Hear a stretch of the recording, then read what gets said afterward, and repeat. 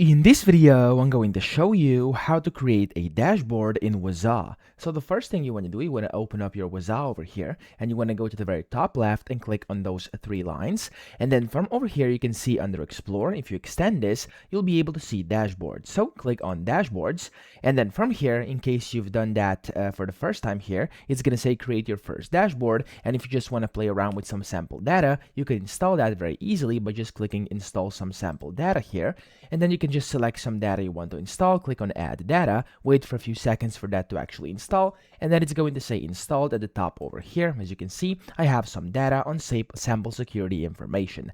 Now after that, go back top left and click on Dashboards, and now we can hit the button which says Create New Dashboard, and you can click on Create New again, and there we go. You can then basically add in a new visualization. Now here, of course, you have a bunch of different things. We're just going to add some random ones right now, just so I can show you how to actually get your dashboard started. So I'm gonna go and click on goal over here, for example, and then I'm going to select a source here. So we have to always select a source. I'm just gonna go into Wazuh alerts, and over here, as you can see, there's already some data on here. I could go to the right hand side here, see the metrics. I can see the metric count, the aggregation. You could go ahead and do, for example, count, median, and then anything you change, you could go ahead and hit update at the bottom right, and it's going to update the visualization here on your screen on the left as well. You have to select the field here. So for example, if I do just something random here, and if I do update, as you can see, this has now jumped to 0 because there's nothing on there. And let's just see another one. There we go. As you can see, this has jumped to a lot of percent. So yeah, you can just go ahead and play around with data. This is just some sample data, so it wouldn't make sense right now, but I'm just going to leave it like this. You can go ahead and go into the advanced settings. You could even go and add new metrics. You could add buckets, stuff like that. And then whenever you're ready, click on the save button up top. And then here you have to give it a title. So I'm just going to name it test 1, and then make sure it says add to dashboard after saving, and that's enabled, and click on save and return. And what that's going to do here, there we go. There's your first thing you've actually put onto your dashboard over here. And what you can do is actually resize it as well, like that. So as you can see, you have a bunch of different ways to actually display this.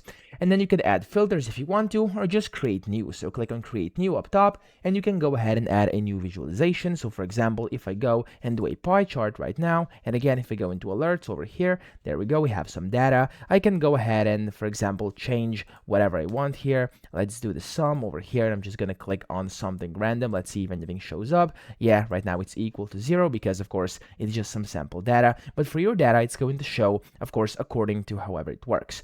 Now here, if I do save again, and then I'm going to name it test 2, save and return.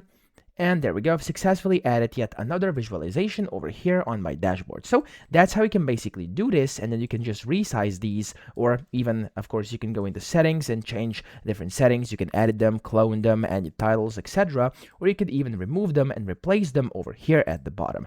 Now we can just keep on adding new ones, and then whenever you actually go out of here inside your dashboards, you'll be able to go ahead and, of course, create new ones or find the ones you already created. So that's how to do this. I hope this video helped you out. If it did, please subscribe to the channel and help me out as well.